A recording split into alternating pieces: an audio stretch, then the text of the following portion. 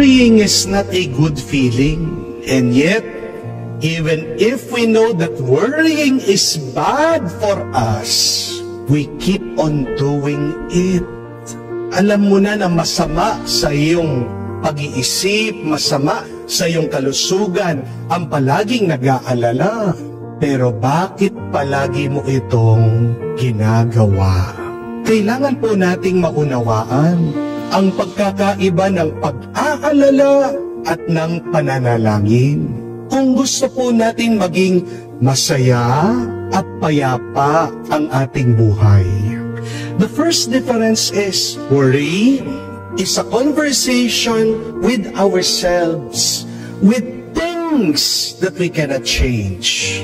But praying is a conversation with God about the things that God can change. Kapag gumagawa po kayo ng mga listahan ng mga bagay na hindi nyo mababago sa iyong buhay, yan ang pag-aalala. Pero kapag kinakausap mo ang Diyos, at kapag nakikinig ka sa Diyos, yan ang pananalangin. Ang tunay na pagdarasal ay yung marunong kang makinig sa Diyos.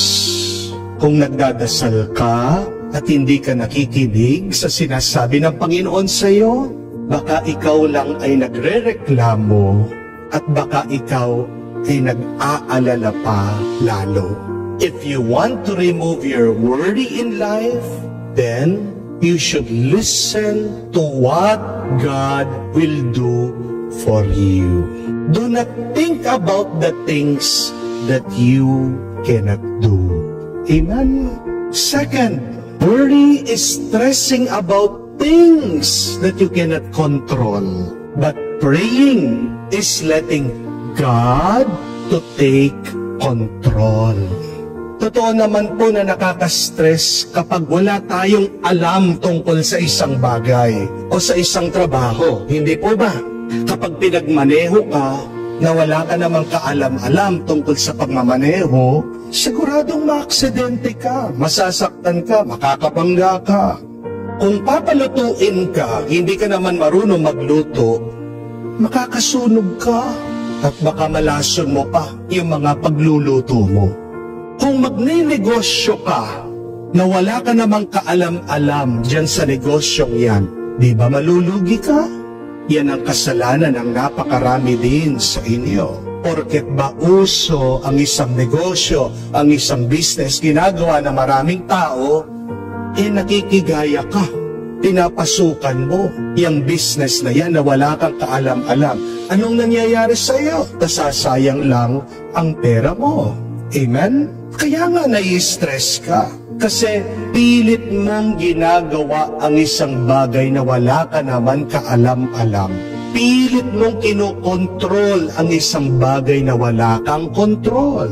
When you try to control what you cannot control, you create more problems. Amen? Pero paano ka magiging marunong sa paggamit o sa pagtatrabaho? Kailangan magpaturo ka. Kailangan mo ng karanasan. Kung hindi natin alam ang gagawin, magdasal tayo. Kasi ang Diyos na may gawa ng lahat, siyang nakakaalam. God is wisdom. You want wisdom, you want knowledge, you want direction, go to God. How do you go to God? You pray to God. Amen? Kung hindi mo kontrol ang bagay-bagay, maniwala ka, kontrol ng Diyos. Kahit na mag-alala ka ng mag-alala, hindi magbabago ang iyong kalagayan. Pero kung magdadasal ka, di ba alam natin, pwedeng baguhin ng Diyos ang iyong sitwasyon at maaari pang ikaw ay baguhin din ng Diyos sa iyong pag-iisip, sa iyong pananaw, sa iyong pag-uugali. Third difference, worrying is worshiping your problem, but praying is surrendering your problems to God. Hindi niyo po ba napansin na kapag nag-aalala tayo, lumalaki ang problema natin? Kasi yan ang ginagawa ng takot. binibigyan natin ng lakas ang ating mga problema. Kapag ikaw ay nangangamba, binibigyan mo ng lakas ang mga negatibong bagay sa iyong buhay.